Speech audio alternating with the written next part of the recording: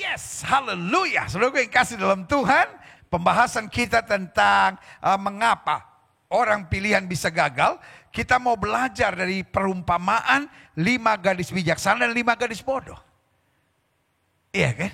Masing-masing menantikan mempelai. Tetapi sayang, 5-nya bijaksana, 5-nya bodoh. Nah 5 bijaksana, 5 bodoh ini tidak tergantung nasib. Hello? Jangan saudara bilang sama saya, ya mungkin memang nasib saya begini pendeta. Saya dulu pernah aktif di gereja, tapi mungkin memang saya ditolak oleh Tuhan. Mungkin saya memang bukan orang pilihan. Jadi untuk sementara saya ada menikmati hadirat Tuhan. Untuk sementara saya menikmati bagaimana Tuhan memilih saya. Tetapi kemudian memang dalam roh saya kayaknya saya ditolak. Saudara yang kasih dalam Tuhan itu hanya tipuan iblis. Ada banyak istri udah gak mau doain suaminya lagi karena dia pikir, suami saya udah kerasukan setan. Kalaupun dia kerasukan setan, doa saudara akan menghancurkan kuasa setan. Amin. Ini waktunya buat setiap orang benar, setiap orang pilihan bangkit dan berjuang untuk setia. Tetapi juga ini saya himbau buat setiap pasangan-pasangan. Suami-suami yang istrinya mulai jauh dari Tuhan. Istri-istri yang suaminya mulai jauh dari Tuhan. Orang tua yang anak-anaknya mulai jauh dari Tuhan. Anak-anak yang orang tuanya mulai jauh dari Tuhan. Atau mertua-mertua yang menantunya mulai jauh dari Tuhan. Atau sebaliknya, menantu-menantu yang mertuanya mulai jauh dari Tuhan. Mari kita doa, karena doa orang benar besar kuasanya. Amin. Kita jangan putus asa, kita jangan menyerah. Karena tetap ada 5 gadis bodoh dan 5 gadis bijaksana. Kita berdoa supaya yang bodoh dapat menjadi bijaksana selama masih ada kesempatan. Amin. Ini kita mau belajar. Klik. Matius 25 ayat 1 sampai 13. Sebagian besar saudara pasti tahu cerita ini, tapi izinkan saya membacakannya sekali lagi. Gadis-gadis yang bijaksana dan gadis-gadis yang bodoh.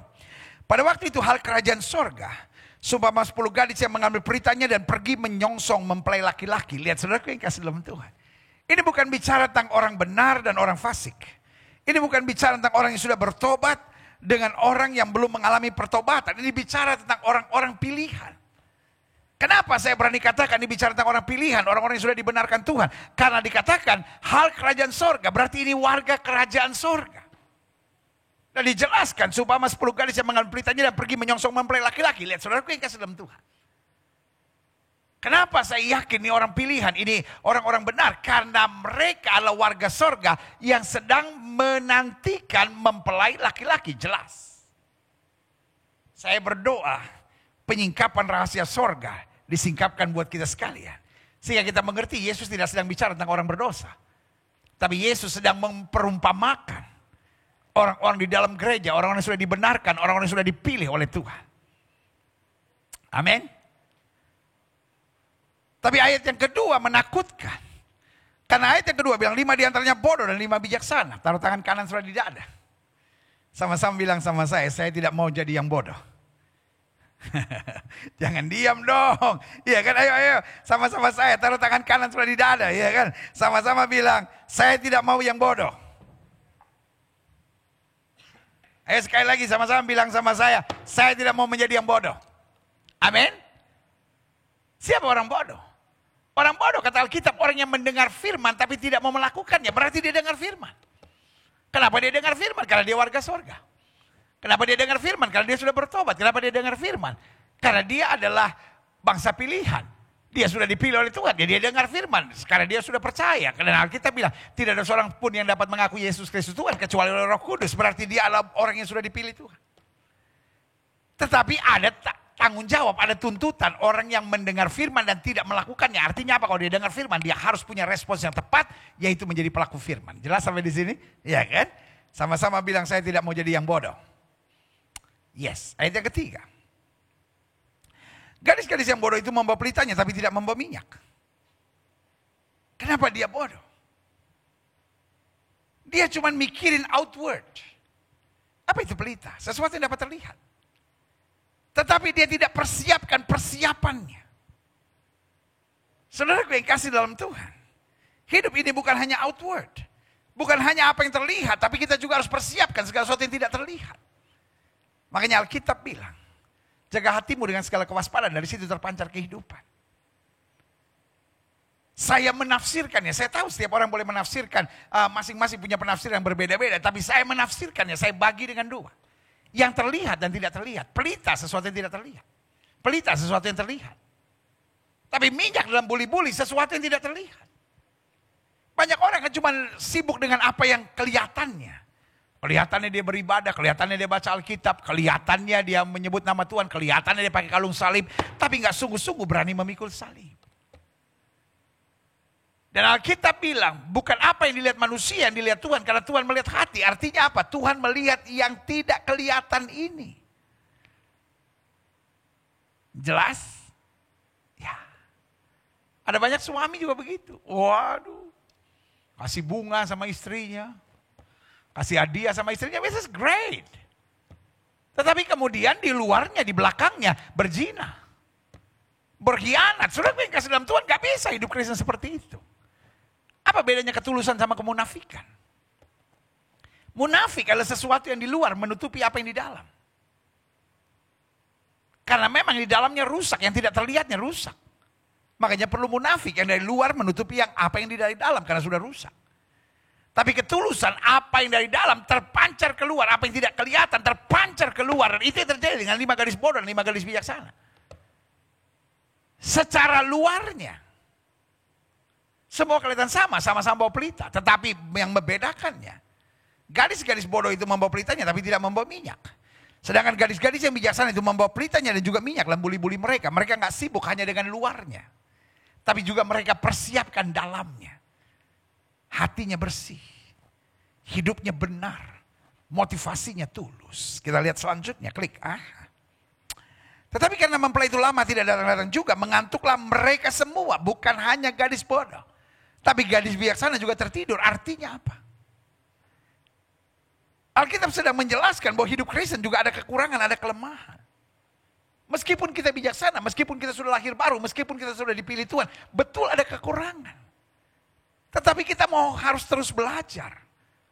Kita harus terus dengan rendah hati mengakui kekurangan kita, membereskan kekurangan kita, dan tidak mengulangi kesalahan kekurangan kita terus menerus. Dan tidak menjadikan kelemahan kita atau kekurangan kita sebagai alasan untuk berbuat dosa. Sama kita berkata, ya habis saya orangnya begitu memang pendeta. Saya memang orangnya gampang emosi pendeta. Saya memang orangnya gampang putus asa pendeta. Saya gampang kecewa pendeta. Saya kan ya namanya saya mungkin kurang kasih sayang pendeta. Jadi akhirnya suami saya juga gak peduli sama saya. Akhirnya ya jatuh sama pria lain. Saudara gue kasih dalam Tuhan, kelemahan, kekurangan bukan alasan untuk berbuat dosa. Tapi kelemahan, kekurangan adalah alasan untuk kita makin dekat sama Tuhan. Berubah untuk hidup dalam kemuliaan Tuhan.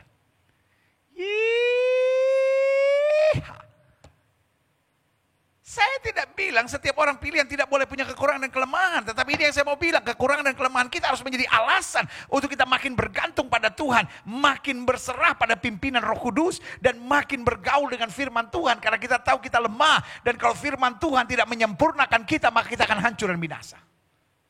Kita lihat selanjutnya. Tapi karena mempelai itu lama tidak datang-datang juga, mengantuklah mereka semua. Lalu tertidur. 5 gadis bijaksana tertidur. 5 gadis bodoh juga tertidur. Waktu tengah malam. Terdengarlah suara orang berseru, mempelai datang, song-songlah dia. Apa yang terjadi? Ayat yang ke-7. Gadis-gadis itu pun bangun semuanya. Hello? Saya mau tanya sama saudara. Yang bangun hanya yang bijaksana? No. Yang bodoh juga ikut bangun. Artinya apa? Ini yang saya bilang, artinya mereka juga tahu kebenaran. Tapi sayang hanya luarnya. Ini yang saya bilang gak mampu bertahan kalau cuma luarnya. Orang-orang yang cuma pelayanan hanya untuk dilihat orang. Orang-orang yang hanya pelayanan untuk kebanggaan diri. Wah saya terlibat dalam pelayanan. Wah hasil pelayanan saya luar biasa. Yang kayak begini gampang disikat sama iblis. Tapi kita harus melayani dengan kesadaran bahwa we just only a servant. Kita hanya hamba.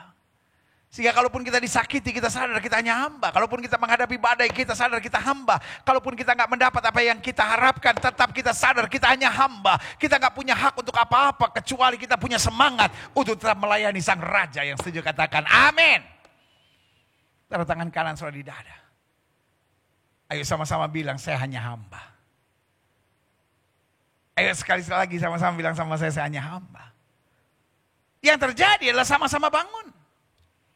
Coba lihat. Baik yang bodoh maupun bijaksana. Gadis-gadis itu pun bangun semuanya lalu membereskan pelita mereka. Gadis-gadis yang bodoh itu. Ini dia kan. Gadis-gadis yang bodoh itu berkata kepada gadis-gadis yang bijaksana, berikan kami sedikit dari minyakmu itu sebab pelita kami hampir padam. Ini yang saya bilang. Terlambat mengantisipasi. Karena apa? Karena yang dia pikirkan hanya luarnya. Kalau pelayanan kita hanya luarnya. Hubungan kita dengan Tuhan hanya luarnya supaya dilihat orang.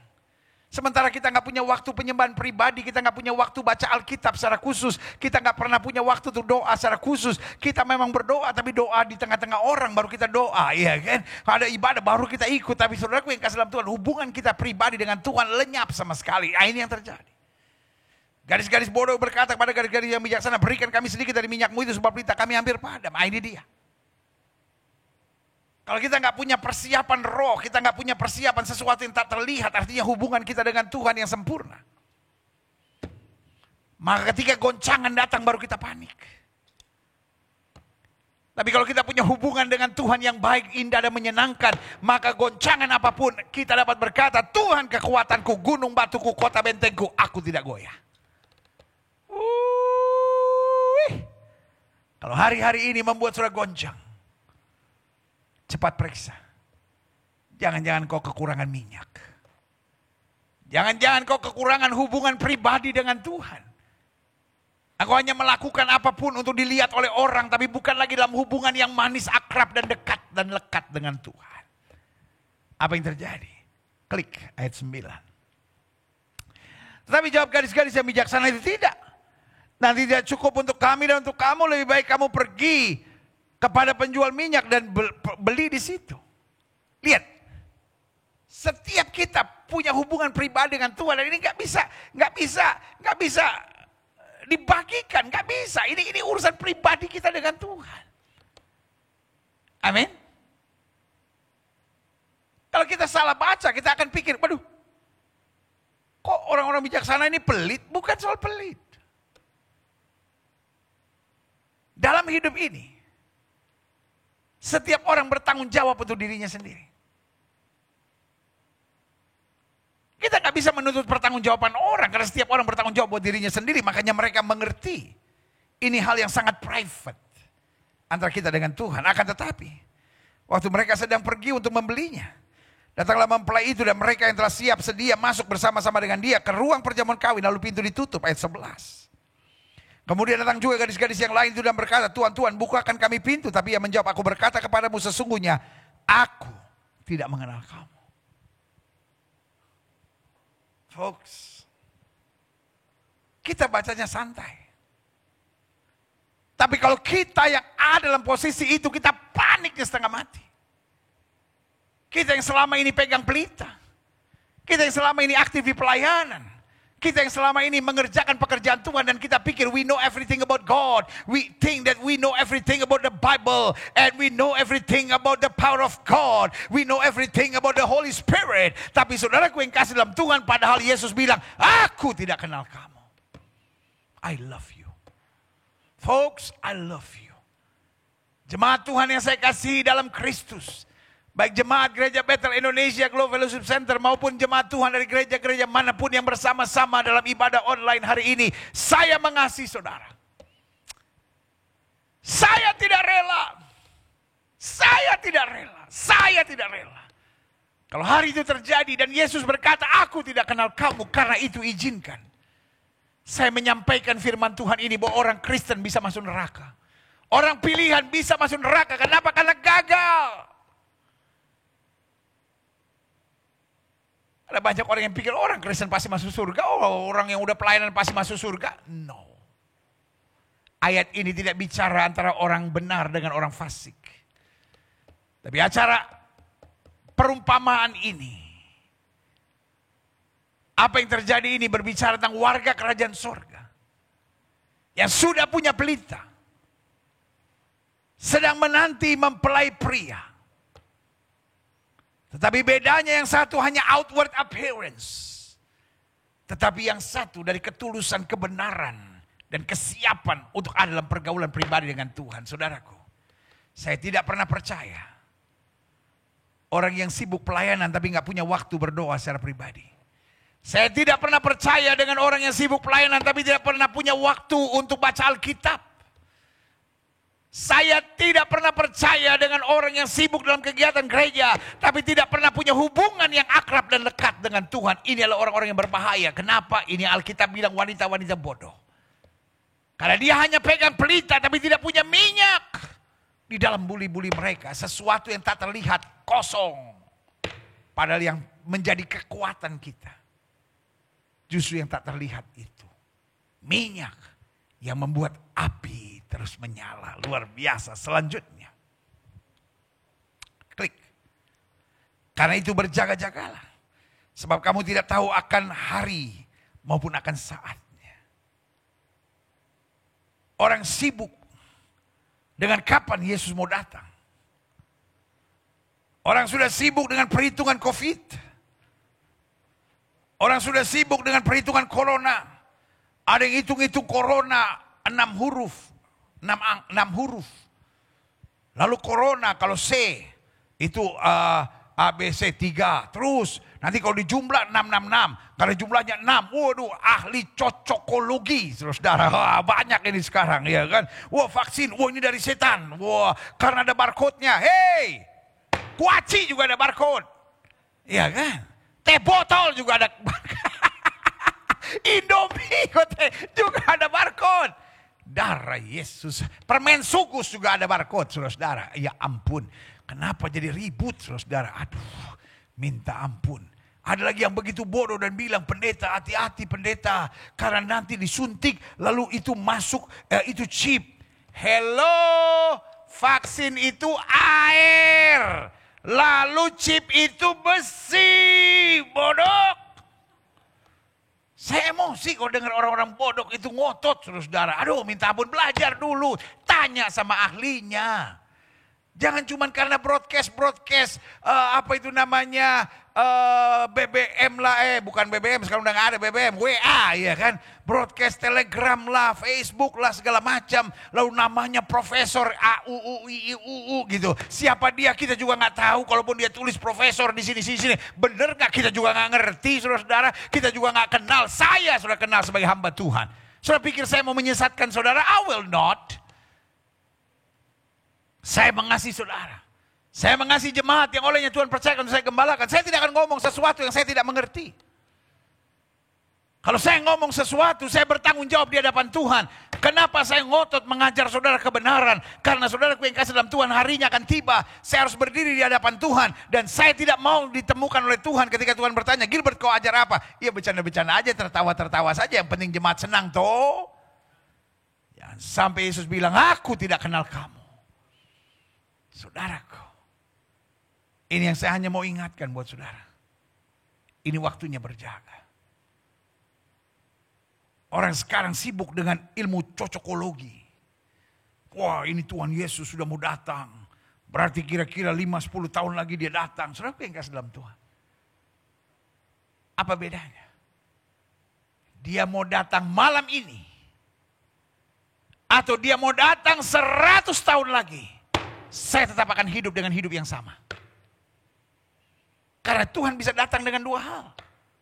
Yang pertama, Tuhan bisa datang dengan awan kemuliaannya. Tapi yang kedua, Tuhan juga bisa datang untuk pribadi masing-masing kita yang artinya inna ilahi wa inna ilahi roji'un. Jelas. Apakah Yesus datang malam hari ini? Atau Yesus datang 1000 tahun atau 10.000 tahun lagi, kita tetap memilih untuk hidup yang sama. Kita mau berjaga-jaga dan berdoa. Kita mau pastikan pelita kita menyala. Dan minyak kita penuh di buli-buli kita yang setuju katakan amin. Klik. Saya pelajari Mazmur 92 ayat 14-16. Mereka yang ditanam di bait Tuhan akan bertunas di pelataran Allah kita. Lihat. Tunas adalah sesuatu yang kelihatan. Tapi bagaimana tunas bisa kelihatan kalau tidak tertanam benihnya? Sementara benih yang tertanam, sesuatu yang tidak terlihat, ini yang saya mau maksudkan. Buah-buah roh hanya akibat dari hubungan kita dengan Tuhan. Tapi juga ada orang-orang yang belagak munafik yang haleluya, shalom, glory. Ya kata itu dia. Pastikan kita punya sesuatu yang tak terlihat. Hubungan kita yang akrab, manis, lekat dengan Tuhan dalam pimpinan Roh Kudus. Makanya ayat ini bilang mereka yang ditanam di bait Tuhan akan bertunas di pelataran Allah kita. Pada masa tua pun, lihat kan. Kalau hubungan kita dengan Tuhan akrab, ia akan tertanam dengan betul. Pada masa tua pun, artinya mau ada badai, mau ada angin ribut, terus dia bisa bertahan sampai tua. Mereka masih berbuah menjadi gemuk dan segar. Haleluya. Ini ayat yang kita pegang. Alkitab tidak pernah berkata mereka menjadi kurus, gemuk, saudara. Ini kalau salah mengerti kita bisa bilang saudara-saudara, karena itu jangan diet. Diet bertentangan dengan firman Tuhan. Karena Alkitab berkata yang dipelihara Tuhan mereka gemuk dan segar. Lain saudara. Itu penafsiran yang ngaco saudara. Itu pembelaan diri. Hamba-hamba Tuhan yang gemuk bilang, loh kan sesuai Mazmur 92 ayatnya yang ke-15. Masa tua mereka masih berbuah gemuk dan segar. Mana ada yang dibilang kurus dan segar. Kurus gak segar. No. Tetapi itu yang saya bilang body shaming. Ada banyak orang yang ribut. Orang kurus dibilang gak diberkati lah. Orang gemuk dibilang gak pernah puasa lah. Boleh gak sih kita gak ngeributin hal-hal yang bodoh seperti itu. Orang Indonesia itu orang yang paling kepo di seluruh dunia saudara. Cuman orang Indonesia yang ketemu orang, aduh lu tambah gemuk ya. Sampai orangnya jengkel bilang, iya gue tambah gemuk. Tapi lu tambah jelek kalau gue lihat ya kan. Kok gigi lu gak rata begitu. Lihat saudaraku, itu namanya body shaming. Orang tuh yang suka komentarin tubuh orang. Buat saya itu orang gak berpendidikan saudara. Iya betul ya kan. Orang berpendidikan gak kelakuan seperti itu. Kampungan banget saudara. Dan sorry untuk bilang. Hukum Indonesia ada yang namanya body shaming saudara. Iya kan. Jadi karena itu jangan biasain. Ketemu orang, kapan nikah nih? Urusan dia. Apa sih untung saudara ngomong-ngomong begitu? Itu menyakitkan orang, saudara-saudara. Saudara kayak orang gak berpendidikan, kampungan banget gitu, saudara-saudara. Ya, karena kampungan bukan berarti dia orang berasal dari kampung. Bukan, ada banyak orang berasal dari kampung tapi kelakuannya terhormat, saudara-saudara.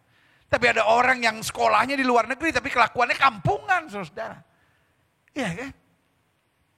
Orang udah menikah 3 tahun ditanyain tiap hari, dipegang-pegang perutnya, kapan isi nih, kapan isi. Itu kepo saudara.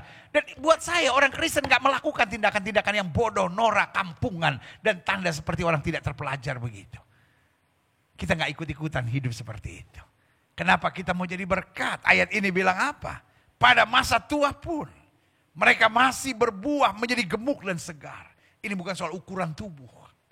Tapi artinya diberkati Tuhan luar biasa. Itu juga katakan amin. Coba lihat ayat 16. Untuk memberitakan. Bahwa Tuhan itu benar. Sama-sama bilang sama saya Tuhan itu benar.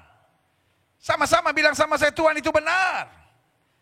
Salah satu intimidasi iblis dalam diri setiap orang pilihan.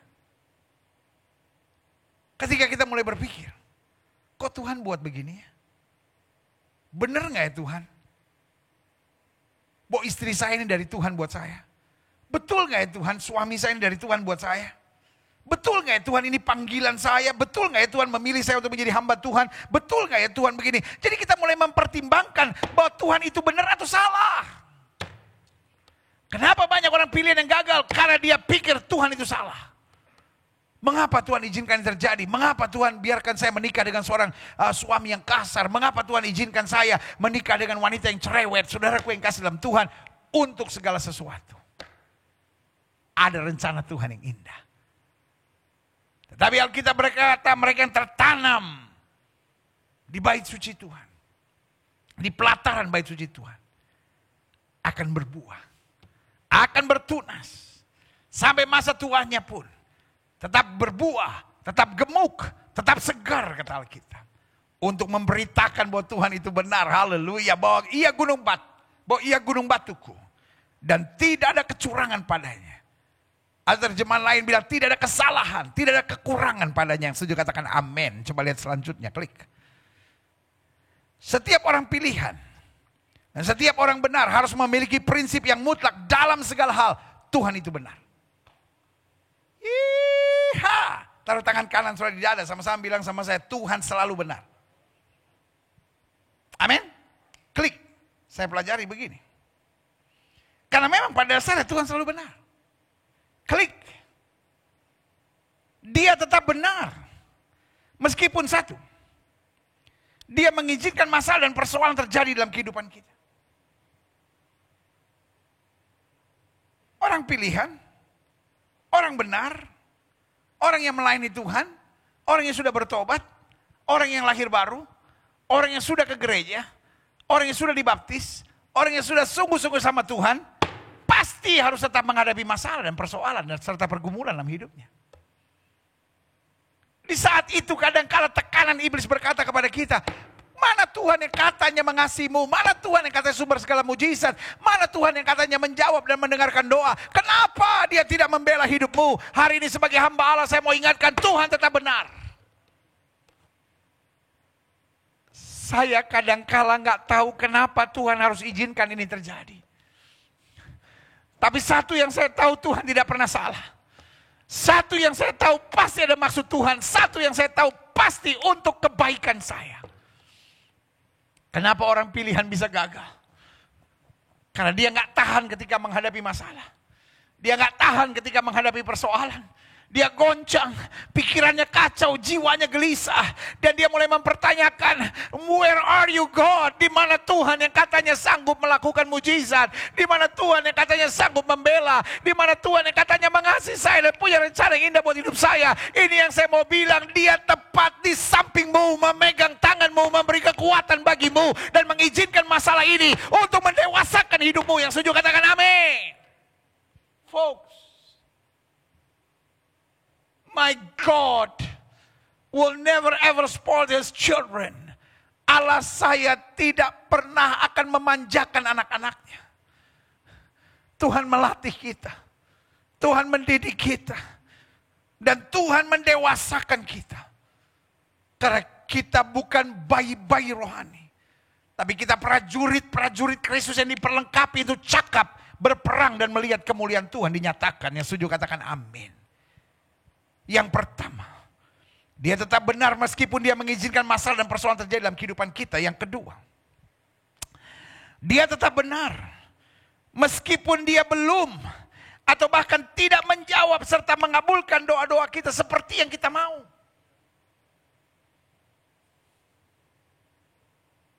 Dia tetap benar. Dia tetap benar. Dia tetap benar. Meskipun saudara menatap saya dan berkata, mama saya meninggal karena COVID. Mungkin saudara menatap saya dan berkata, anak saya meninggal karena COVID. Mungkin saudara berkata, mama mertua saya sedang membutuhkan uang untuk pengobatan. Tapi suamiku, satu-satunya sumber penghasilan di rumah, diberhentikan. Where is God? Di mana Tuhan? Hari ini saya cuma mau bilang, dia tetap Tuhan yang baik. Dia tetap benar. Meskipun kelihatannya Tuhan tidak mengabulkan doamu seperti yang kau harapkan. And as your pastor, sebagai gembala saudara, I know, I can feel it. It's so hard. Tapi sebagai hamba Tuhan yang mengerti kehendak Tuhan, saya hanya mau bilang sama saudara, tetap maju. Jangan berhenti dan jangan putus asa. Karena di ujung jalan ketaatan dan kesetiaanmu, di situ ada kemenangan dan mujizat yang sempurna. Come on church. Be brave in Jesus. Be tough in Jesus. Mari kita jadi orang-orang yang berani. Mari kita jadi orang-orang yang tegar dalam hidup ini. Karena meskipun Tuhan tidak menjawab doa kita, bahkan meskipun Tuhan belum mengabulkan doa-doa kita, dia tetap Tuhan yang benar. Just wait. Just see. Tuhan itu benar. Folks. Mungkin kadang-kala saya tidak bisa menjawab ketika saudara bertanya, apa bukti kebenaran Tuhan? I don't know. Mungkin saudara punya 1001 cerita tentang pergumulan saudara. Tentang parahnya suami saudara. Tentang parahnya istrimu, tentang parahnya mertuamu. Mungkin saya nggak bisa menjelaskannya lagi. Tapi satu hal ini saya hanya akan mau ngomong sama saudara. Kalau saudara mengakui bahwa Tuhan itu benar, lalu engkau sabar menantikan waktu Tuhan, engkau pasti akan melihat campur tangan Tuhan yang dahsyat dan luar biasa. Folks, Tuhan tetap benar. Walaupun Daniel dibuang ke gua singa, Tuhan tetap benar. Walaupun Yusuf harus dibuang ke dalam penjara dengan tuduhan yang sangat memalukan dan sangat menyakitkan sebagai pemerkosaan.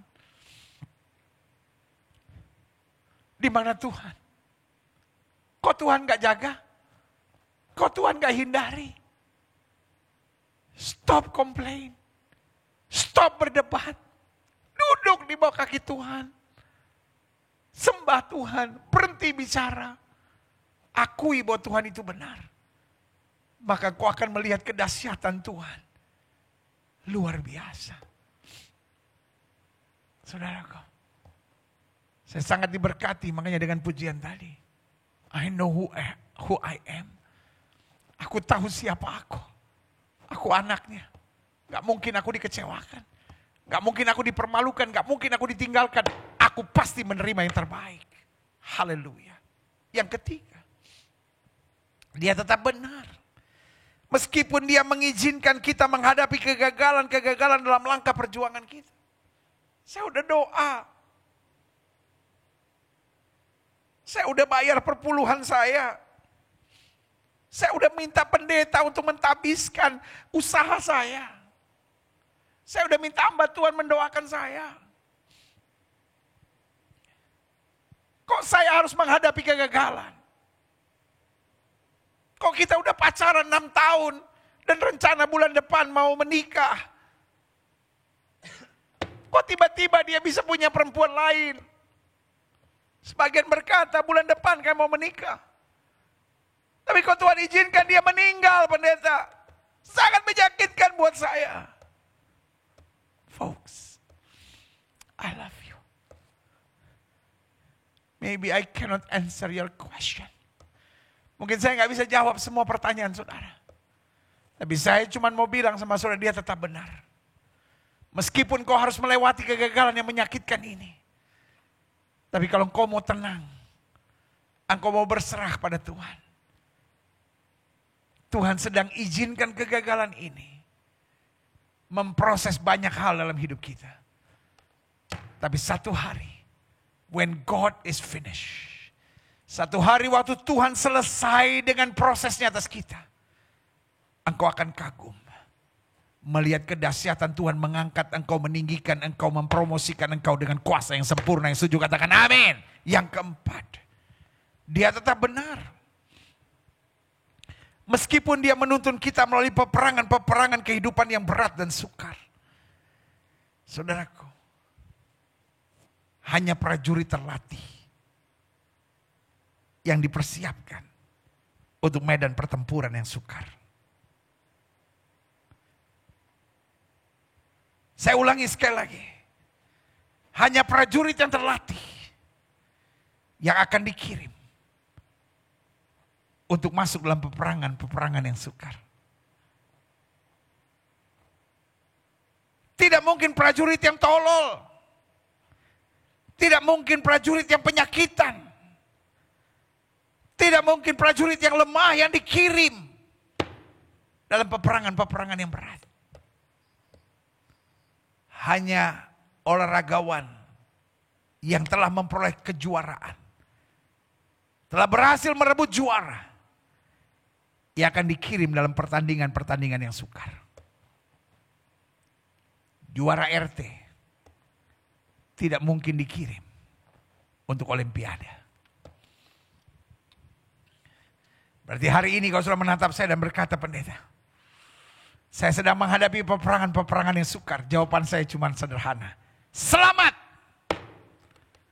Kau sudah menatap saya dan berkata, pendeta ini aneh. Orang kau sedang menghadapi masa yang sukar. Pendeta bilang selamat. Yes! Karena engkau prajurit yang terpilih. Karena engkau di pemandangan Tuhan olahragawan yang hebat. Karena engkau dikirim untuk pertandingan yang sukar. Engkau prajurit yang hebat. Karena itu Tuhan kirim engkau dalam pertandingan-pertandingan yang berat. Ini saatnya engkau berkata, aku cakap menanggung segala perkara di dalam Kristus yang memberi kekuatan kepadaku. Orang benar, orang pilihan, orang yang sudah diselamatkan oleh Tuhan, pastikan dia bertahan. Karena dia tahu Tuhan itu benar. Kalaupun hari ini saya harus menangis, Tuhan itu benar. Kalaupun hari ini saya harus menghadapi badai, Tuhan itu benar.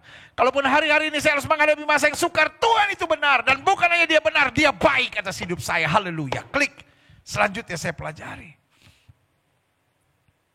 Peristiwa 5 gadis bodoh dan 5 gadis bijaksana.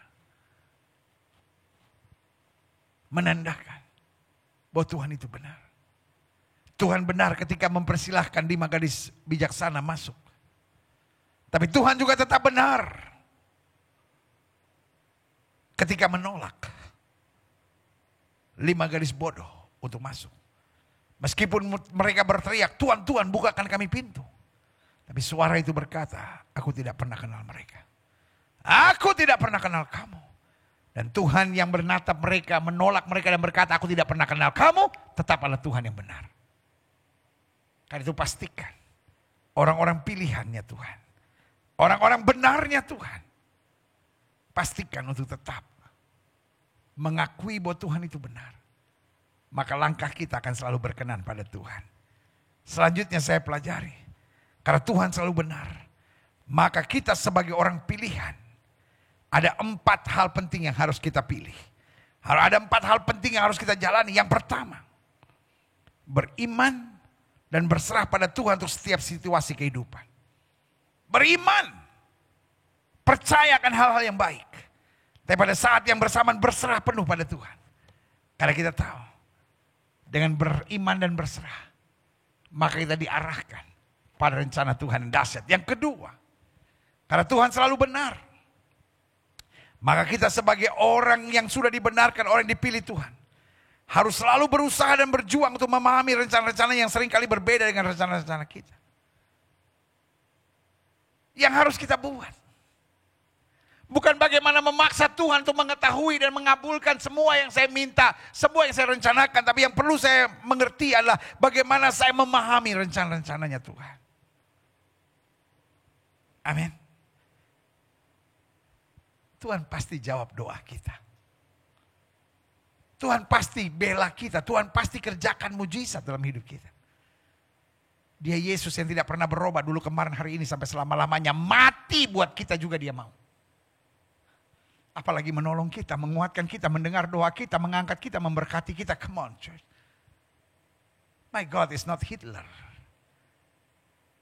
Tuhan saya bukan seorang yang seperti Hitler yang mau melihat orang lain menderita. No. Dia mati supaya kita diberkati. Jadi kalau ada orang aneh tiba-tiba bilang, apa itu pengajaran tentang berkat-berkat? Oh, itu teologi kemakmuran. Saudara gue yang kasih dalam Tuhan, jangan didengar. Tuhan memang mau memberkati kita. Tuhan memang mau mengerjakan mujizat buat kita. Tuhan memang menolong kita. Tapi itu bukan berarti dia mengerjakan semua seperti yang kita pikirkan. No. Dia proses kita, dia bentuk kita, dia kuatkan kita, dia dewasakan kita. Sehingga kita hidup dalam kehendaknya. Dan kehendaknya adalah, rancanganku bukan rancangan kecelakaan. Tapi hari depan yang penuh harapan. Dia memang mau menjawab doa. Tapi syaratnya apa? Kalau kamu tinggal di dalam aku. Dan firmanku tinggal dalam kamu. Artinya kita manunggal dengan Kristus dan firmannya. Kita berjalan dalam kemauan-kemauan Tuhan. Ini yang Tuhan mau. Supaya kita bukan hanya hidup memaksakan apa yang kita mau untuk Tuhan kerjakan. Tetapi kita selalu berjuang untuk memahami rencana Allah. Karena waktu kita berjalan memahami rencana Allah. Kita gak gampang tertekan. Kita gak mudah menuntut. Kita gak suka memaksakan kehendak. Tapi kalau kita mengerti kehendak Tuhan, kita hanya berkata, Tuhan terima kasih. Biar bukan kehendakku yang jadi, melainkan kehendak-Mu yang terjadi. Haleluya. Selanjutnya yang ketiga, karena Tuhan selalu benar. Maka kita sebagai orang pilihan, harus selalu siap untuk mengikuti kegerakan-kegerakan Tuhan menurut kalender kerjanya Tuhan. Ada satu perintah yang Tuhan perintahkan kepada Musa ketika mereka di padang belantara. Tuhan bilang sama Musa, move when the cloud is moving. Kamu harus bergerak sesuai dengan awan kegerakan Tuhan. Karena kalau mereka punya kalender sendiri, mereka punya their own program, maka rusak semuanya. Saudaraku, kita tidak perlu stres hanya karena kita belum ibadah on-site. Sampai ada beberapa gereja memaksakan untuk on-site. Lalu kemudian ditutup lagi. Kenapa? Karena kemudian banyak yang terpapar. Ada ibadah gereja yang rela hanya ibadah 1 jam. Dengan berbagai pembatasan-pembatasan. Ngeri saya. Bahkan sampai ada gereja-gereja yang bilang, orang yang sakit jangan datang ke gereja. Aduh. Loh, justru orang sakit harus ke gereja. Orang tua jangan ke gereja. Loh, maksudnya apa? Kalau memang Tuhan belum bergerak untuk gereja terbuka, ikuti. Jangan salah mengerti saya. Saya tetap hargai mereka yang sudah beribadah secara on-site. Tapi yang saya mau ingatkan buat saudara. Saudara-saudara yang mungkin sedang kecewa, saudara-saudara yang mungkin jadi nggak ke gereja, saudara-saudara yang akhirnya jadi nggak beribadah kepada Tuhan karena merasa cuma online. Ini adalah kegerakan yang Tuhan sedang kerjakan. Karena selama ini pekabaran Injil seringkali terhambat. Karena dinding-dinding gereja. Kita sibuk dengan masing-masing nama denominasi kita. Kita sibuk meninggikan, itu bukan gereja saya, ini gereja saya. Loh, gereja Tuhan yang mana? Tetapi sekarang dinding-dinding gereja runtuh. Kegerakan Allah sedang berlaku di dunia media. Injil tersebar kemana-mana. Tidak lagi batasan orang perlu ke gereja atau tidak. Tidak lagi ada batasan orang perlu jadi orang Kristen atau tidak. Pokoknya siapapun yang mendengar firman dan kembali ke jalan Tuhan, hidupnya mengalami keselamatan Tuhan. Saudaraku. Move when the cloud is moving. Kita sekarang sedang di bawah Tuhan. Pada goncangan-goncangan akhir zaman. Tapi yang pegang tangan kita lah Tuhan. Yesus pegang erat tanganku. Ku tak dapat hidup di luar kasih-Mu. Bapa, jangan tinggalkan aku. Amin. Engkau alasan selama ku hidup. Amin. Amin. Hari-hari ini kita sedang masuk pada goncangan keras akhir zaman. Dan apa yang Alkitab katakan? Alkitab sudah bilang ada masanya 1.000 rebah di sisi kirimu, 10.000 oleh rebah di sisi kananmu. Tapi itu tidak akan menimpamu. Alkitab sudah bilang di akhir zaman akan begitu banyak goncangan. Supaya tinggal tetap kerajaan yang tidak tergoncangkan. Makanya di akhir zaman. Satu. Akan tampil banyak pengejek-pengejek. Artinya akan banyak haters. Akan banyak penabur-penabur hoax. Dan yang kedua, akan ada banyak kebingungan-kebingungan yang terjadi. Karena orang ngomong seenaknya hari-hari ini. Orang tidak punya rasa takut akan Tuhan. Demi kepentingannya masing-masing. Segala sesuatu direkayasakan. Tapi kita yang mengerti Alkitab, kita sudah mengerti. Makanya dalam salah satu khotbah saya katakan haters is waste. Haters itu hanyalah sampah. Karena itu jangan biarkan haters menguasai pikiran saudara, jiwa saudara, hati saudara. Biarkan haters dengan hate-nya itu. But we are son and daughter of king. Kita membawa damai, kita menabur kasih, kita mendoakan mereka. Haters is waste. Haters itu sampah. Dan kita tidak mau biarkan sampah menjajah pikiran kita, hati kita, jiwa kita. Ada banyak orang yang bilang, aduh pendeta gimana ya pendeta, masa saya diserang di medsos saya. Biarin, haters adalah haters. Don't even waste your time for haters. Jangan buang waktu percuma untuk haters. Di akhir zaman akan tampil pengejek-pengejek karena haters yang menabur hoax. Dan Alkitab bilang, di akhir zaman akan ada banyak kebingungan. Kenapa orang gak takut akan Tuhan? Orang ngomong sembarangan dan orang sekarang yang provokasi, yang provokator. Sama yang benar kadang-kadang lebih meyakinkan yang provokator. Begitu banyak provokasi tentang COVID. Begitu banyak provokasi tentang vaksinasi. Yang diciptakan oleh dunia ini tujuan untuk kebingungan. Tapi Alkitab bilang umat yang mengenal Allahnya akan tetap kuat dan bertindak. Yang setuju katakan amin. Kita ikuti petunjuk firman Tuhan aja. Orang Kristen harus jadi pemberontak gak? Orang Kristen harus taat pada pemerintah gak? Orang Kristen harus ikuti aturan gak? Iya kan? Kalau orang bilang, wah vaksin ini dari antikris, tanya aja sendiri. Ada hubungannya gak sama antikris? Iya kan? Apakah vaksin hebat buat semua orang? Tidak. Yang paling hebat buat semua orang adalah doa. Ada orang-orang yang memang gak bisa divaksin. Makanya sebelum divaksin harus pastikan dulu. Bongko layak untuk divaksin.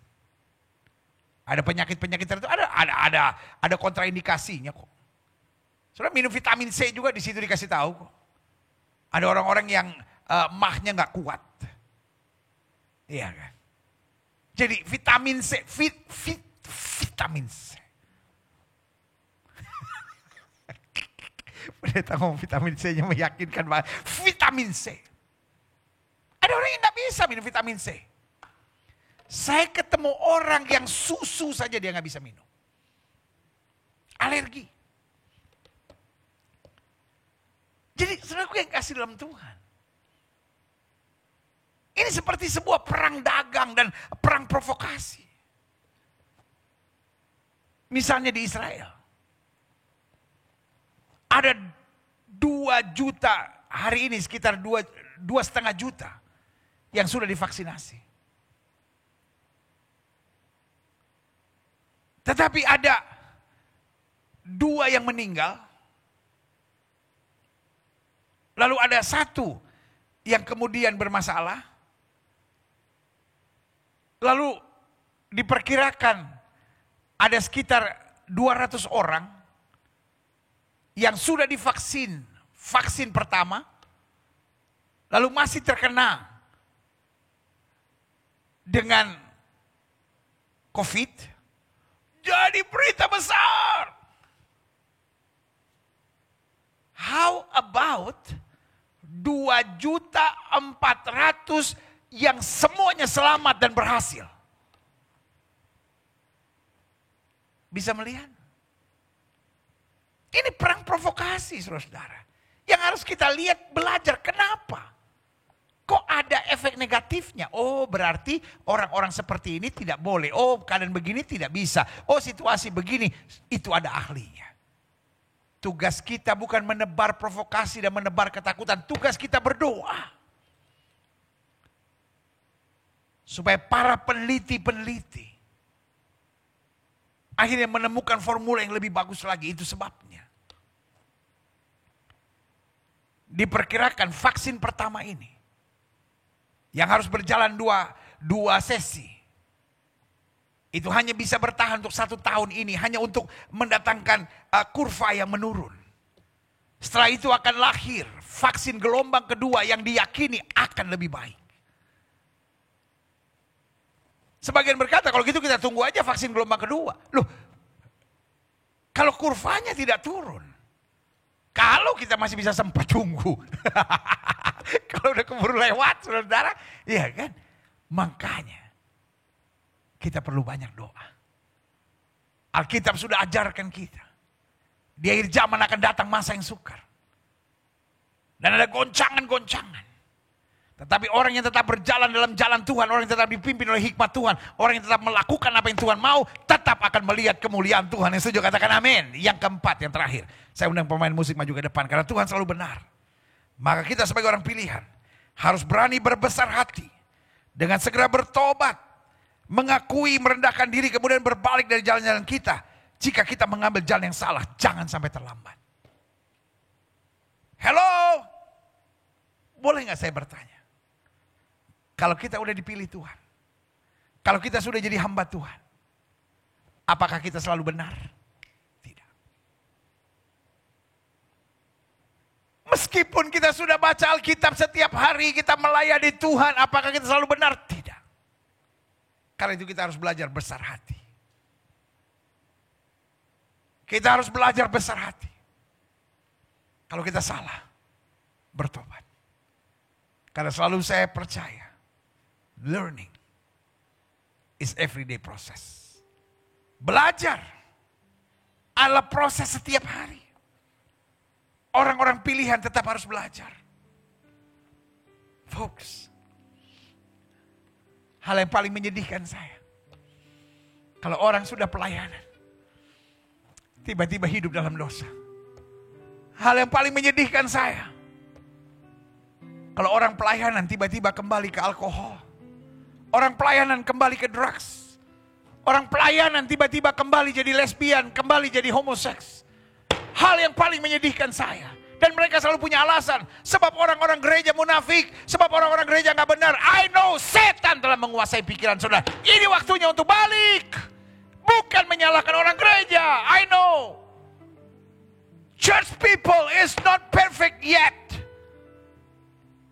Justru karena saya belum sempurna, saya masih ke gereja. Kalau saya sudah sempurna, saya ke surga. Buat saudara-saudara yang pernah kecewa sama orang gereja atau sedang kecewa dengan orang gereja, let me, as your pastor, do the apology. Izinkan saya minta maaf. Orang gereja memang tidak sempurna. Tapi jangan sampai ketidaksempurnaan orang-orang gereja itu akhirnya menyeret dan menghancurkan hidup saudara. Saudara adalah orang pilihan, right? Saudara adalah orang-orang benarnya Tuhan, right? Ini saatnya besar hati. Ini saatnya mengakui dengan jujur, Tuhan, saya salah. Saya terlalu banyak berharap sama manusia. Saya terlalu banyak memandang manusia. Saya terlalu banyak pusing sama manusia dan itu yang membuat saya kecewa. Itu yang membuat saya kompromi dengan dosa. Dan itu yang membuat saya gak tahan, akhirnya kembali. Folks, you are a chosen generation. You are special in God's eye. Saya percaya tidak kebetulan saudara ada dalam ibadah yang luar biasa hari ini. Dan hari ini, let me talk to you from my heart to your heart. This is not a program. But this is God's timing. Ini waktunya Tuhan. Untuk mengajak engkau kembali. You are righteous. You are chosen. And you are holy. Engkau benar. Engkau dipilih. Dan engkau suci. Dan semua terjadi oleh karena darahnya. Biarlah hari ini kita berkata, Tuhan, engkau tetap benar. Engkau tetap benar. Itu sebabnya aku mau mendekat kepadamu. Dan hanya bergantung kepada engkau saja. Terima kasih Bapa. Setiap kita datang pada